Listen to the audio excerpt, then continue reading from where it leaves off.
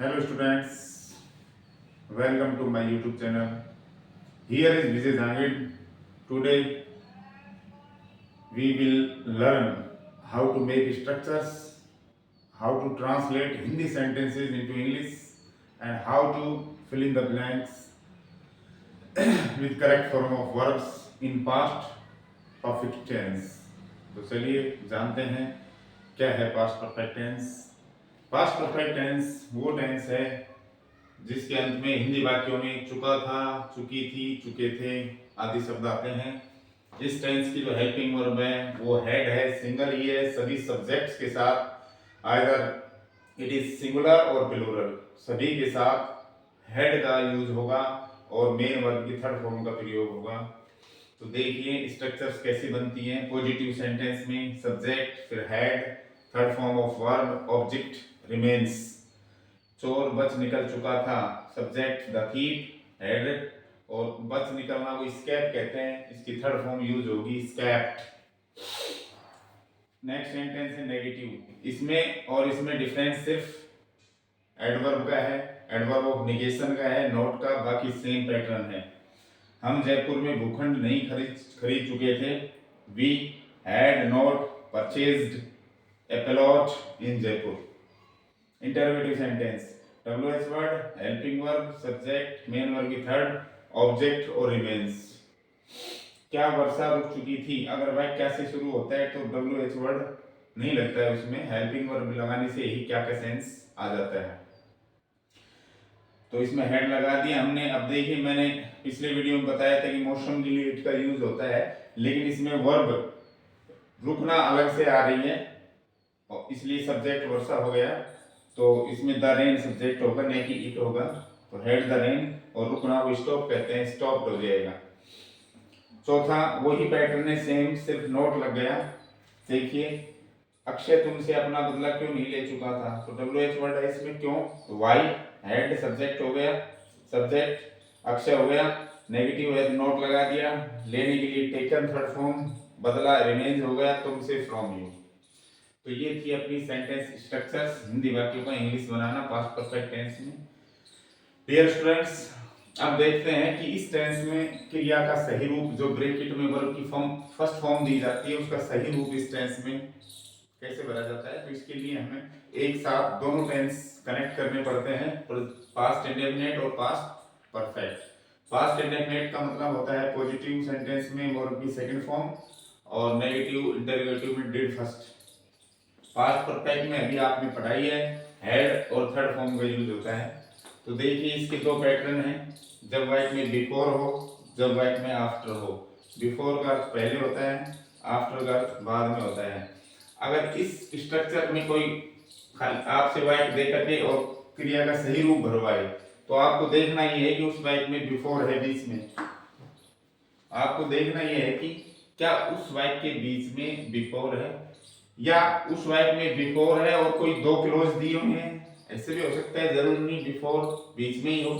कई बार क्या होता है, ये जो वाक्य होता है ये वाला यहाँ तक, इसको हम कोमा लगा के इसके बाद भी लिख सकते हैं।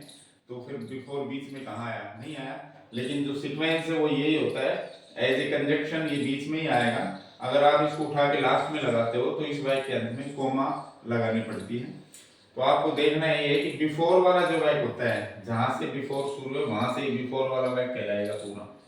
तो इसमें वर्ब की सेकंड फॉर्म का यूज करना है आपको। बिफोर वाला जो वाक्य है उसमें वर्ब की सेकंड फॉर्म का यूज करना है, और जो बिफोर से पहले है ये कहो कि बिफोर के अलावा जो वाक्य है, चाहे इसको आगे लगा दें हम, तो उसमें हेड थर्ड फॉर्म का यूज होता है।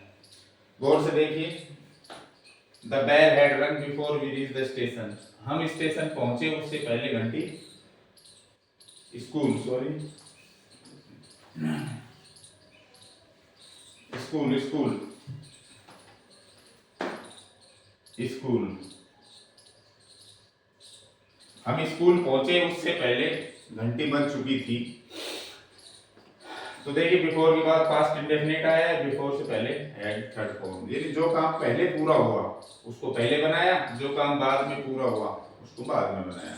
अब इस तरह से आपको एग्जाम में या किसी भी कॉम्पिटिटिव एग्जाम में या एकेडमिक एग्जाम में इस तरह के प्रश्न दिए जाते हैं, तो आपको ये देखना है कि इसमें बिफोर आ रहा है ये आ रहा है, और बिफोर वाले वाक्य में हमेशा सेकंड फॉर्म का यूज होता है।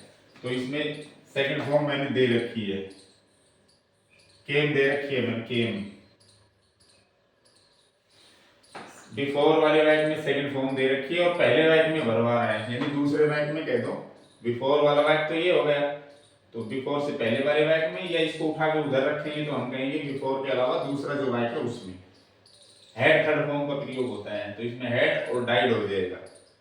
इसी तरह इसमें देखिए दूसरी साइड भरवाई है मैंने, इसमें ये पहली साइड भरवाई थी, इसमें दूसरी साइड, तो बिफोर से पहले हैड थर्ड दे रखा है, तो बिफोर के बाद क्या आती है सेकंड फॉर्म, तो इसमें केम हो जाएगा।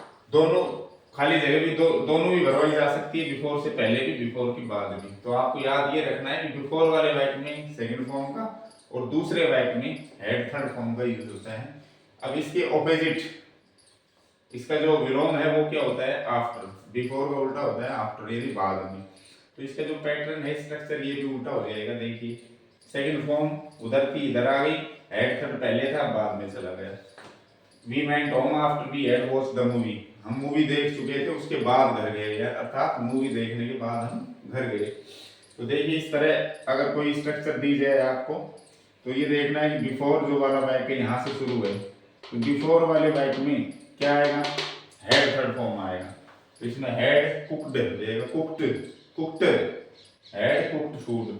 इसमें सेकंड हो जाएगा बेद है ना, बाथ हो जाएगा। ये कह रहा है कि वो खाना पका चुकी थी उसके बाद स्नान किया, अर्थात उसने खाना पकाने के बाद स्नान किया। इसी तरह इसमें देखिए दोनों खाली जगह भरवाई है। आफ्टर वाला वाक्य ये है, तो आफ्टर वाला वाक्य में क्या आता है हेड थर्ड, तो इस वाले वाक्य में हेड टॉट हो जाएगा। और दूसरे वाक्य में क्या होती है सेकंड फॉर्म, चाहे उसको पहले लगाओ या कोमा लगा के लास्ट में लगाओ सेकंड फॉर्म। तो after the teacher had taught he went out, teacher पढ़ा चुका था उसके बाद बाहर गया, अर्थात अध्यापक पढ़ाने के बाद बाहर गया। तो इस टेंस में जो क्रिया का सही रूप है वो हम दोनों टेंस को कनेक्ट करके इंडेफिनिट और परफेक्ट तब भरा जाता है। अकेले आपसे सिर्फ पास्ट परफेक्ट नहीं भरवाएगा, ये दोनों ही इस तरह के वाक्य आपको देकर के दो वाक्य यानी कि दो क्लोज होंगे, उनमें खाली जगह आपसे भरवाएगा। क्रिया का सही रूप कैसे भरा जाएगा ये आपको देखना है, दो वाक्य को समझना है कि वाक्य में बिफोर और आफ्टर आया हुआ है या नहीं। डियर स्टूडेंट्स, ये था पास्ट परफेक्ट टेंस। अब बढ़ते हैं अगला टेंस पास्ट परफेक्ट कंटिन्यूअस।